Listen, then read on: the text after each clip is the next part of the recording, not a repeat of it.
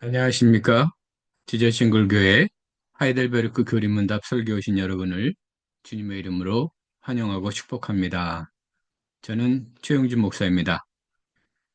지난주로 죄와 비참함에 대한 제1부가 끝났습니다. 오늘부터 시작되는 제2부의 주제는 구원입니다. 오늘 제목은 우리는 어떻게 다시 하나님의 은혜를 입을 수 있습니까? 입니다. 첫 번째 문단입니다. 하나님의 공의로운 심판에 의하면 우리는 이 세상에서 그리고 영원히 형벌을 받아 마땅합니다. 그렇다면 우리는 어떻게 이 형벌을 피하고 다시 하나님의 은혜를 입을 수 있을까요? 앞에서 이야기한 바와 같이 구원을 받기 위해서는 우리의 죄를 깨닫는 것과 하나님의 공정한 심판을 인식하는 것이 필요합니다. 그러므로 문시비는 우리의 죄로 인해 우리에게 닥친 결과를 전적으로 시인하는 것으로부터 시작합니다. 즉, 하나님의 공의로운 심판에 의하면 우리는 이 세상에서 그리고 영원히 형벌을 받아야 마땅합니다. 라고 고백합니다. 그리고 나서 질문을 던집니다. 그렇다면 우리는 어떻게 이 형벌을 피하고 다시 하나님의 은혜를 입을 수 있을까요? 여기서 다시 하나님의 은혜를 입는다는 것은 하나님과의 행복한 교제를 다시 시작한다는 말입니다. 그렇다면 어떻게 이것이 가능할까요? 네, 답 10입니다. 하나님께서는 자신의 공의가 만족되기를 원하십니다. 따라서 우리는 우리 스스로든 아니면 다른 일을 통해서 죄값을 완전히 치러야 합니다.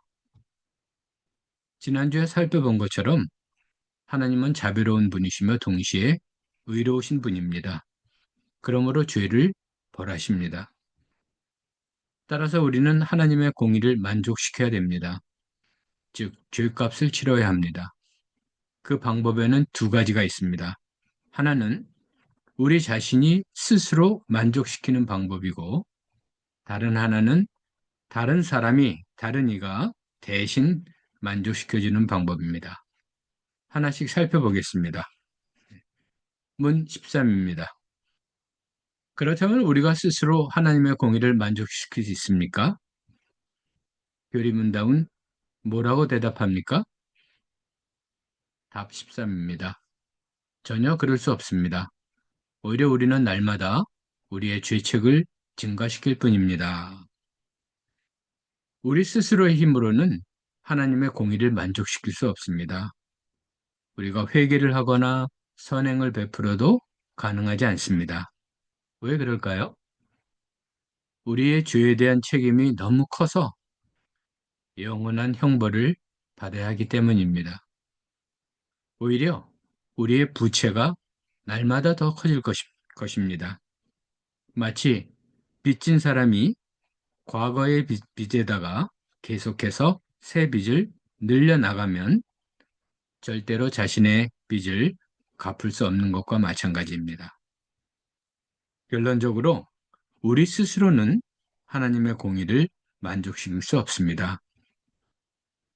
그렇다면 우리가 구원을 받기 위해서 다른 누군가가 대신 보상을 할 수 있을까요? 문 14입니다. 그렇다면 다른 어떤 피조물이 우리를 대신해서 하나님의 공의를 만족시킬 수 있습니까? 하이델베르크 교리문답은 뭐라고 답합니까? 답 14입니다. 그럴 수 없습니다. 첫째, 하나님께서는 인간의 죄 때문에 다른 피조물을 벌하기를 원치 않으십니다. 둘째, 어떠한 피조물이라도 죄에 대한 하나님의 진노를 감당할 수도 없고 다른 피조물을 거기에서 구원할 수도 없습니다. 교리문답은 다른 피조물이 우리를 대신해서 하나님의 공의를 만족시킬 수 없다고 대답합니다. 왜 그렇습니까? 그 이유는 두 가지입니다. 첫째, 하나님께서는 인간의 죄 때문에 다른 피조물을 벌하기를 원치 않으시기 때문입니다. 즉, 다른 동물이나 천사가 대신 벌을 받음으로써 하나님의 공의를 만족시킬 수 없습니다. 그 값은 사람의 본성을 가진 자가 치러야 합니다. 둘째, 하나님의 진노를 감당할 수 있는 다른 피조물은 없습니다. 따라서 다른 피조물이 인간을 구원할 수 없습니다. 이것은 피조물이 할 수 있는 일이 아닙니다. 유한한 존재는 무한한 존재를 감당할 수 없습니다. 그러면 여기서 이런 의문이 듭니다. 그렇다면 구약의 희생제사는 전혀 쓸모없는 것이었나 하는 질문입니다. 여러분 어떻게 생각하십니까? 그렇습니다. 소나 염소의 피가 속죄를 이루는 것이 아닙니다. 이것은 이스라엘 사람들도 잘 알고 있었습니다. 구약의 속죄제는 사람들로 하여금 자신들의 죄를 생각나게 하는 것입니다. 또한 이런 희생 제사는 나중에 오실 예수 그리스도의 대속을 바라보게 하는 것입니다. 여기에 대해서는 뒤에서 나중에 다룰 것입니다.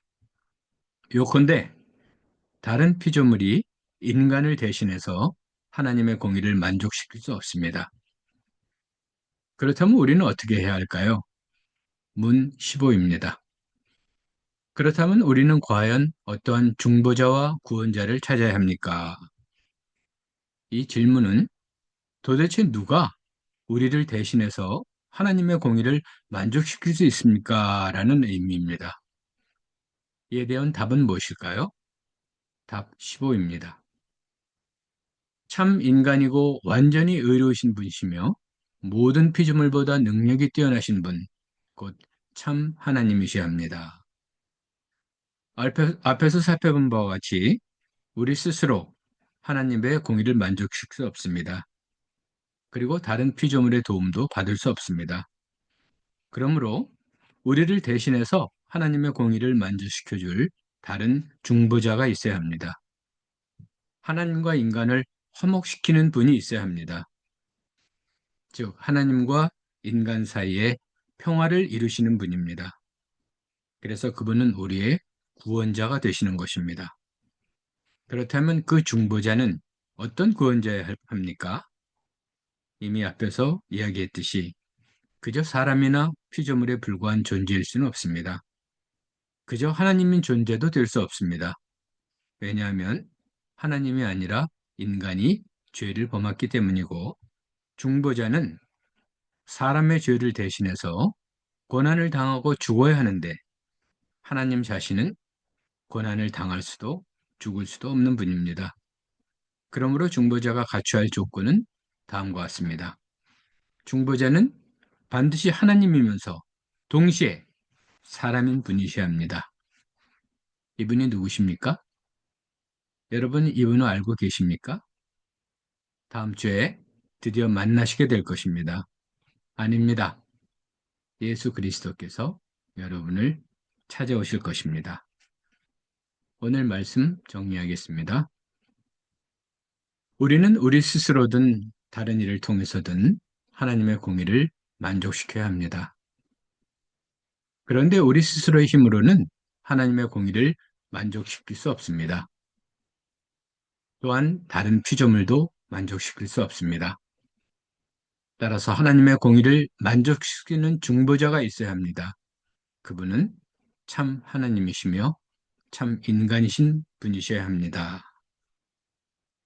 오늘 살펴본 하이델베르크 교리문답을 통해서 하나님의 구원 사건이 어떻게 하나님의 공의와 자비와 잘 조화되어 나타나는지 살펴보았습니다.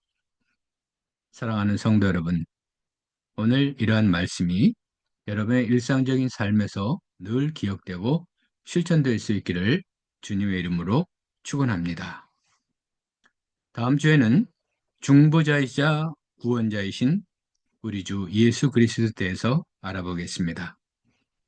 여러분이 잘 알고 계신 것처럼 그분은 길이요, 진리요, 생명이십니다.